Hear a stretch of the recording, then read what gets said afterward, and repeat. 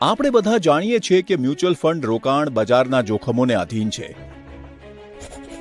ચાલો બજારના જોખમને સમજીએ અને તેનું સંચાલન કેવી રીતે કરવું તે સમજીએ. ઇક્વિટી મ્યુચ્યુઅલ ફંડમાં રોકાણ કરનાર રોકાણકારનું ઉદાહરણ લઈએ અને જો તે નાણાં ગુમાવે છે કારણ કે બજાર નીચે જાય છે તો તે બજારનું જોખમ છે. પરંતુ શું આપણે જોખમ માપી શકીએ? બજારના જોખમને વધુ સારી રીતે સમજવા માટે ચાલો સેન્સેક્સની સફર જોઈએ. જો કોઈ વ્યક્તિએ 1 વર્ષના સમયગાળા માટે રોકાણ કર્યું હોત તો તેણે 44 અવલોકનોમાંથી 14 વખત નુકસાન કર્યું હોત. જોખમ ઘણું વધારે છે, પરંતુ અહીં ગેમ ચેન્જર છે.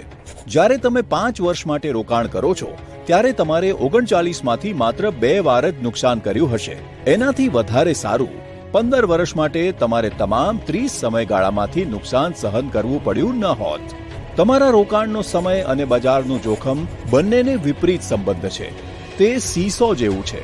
જ્યારે એક ઉપર જાય છે ત્યારે બીજું નીચે જાય છે.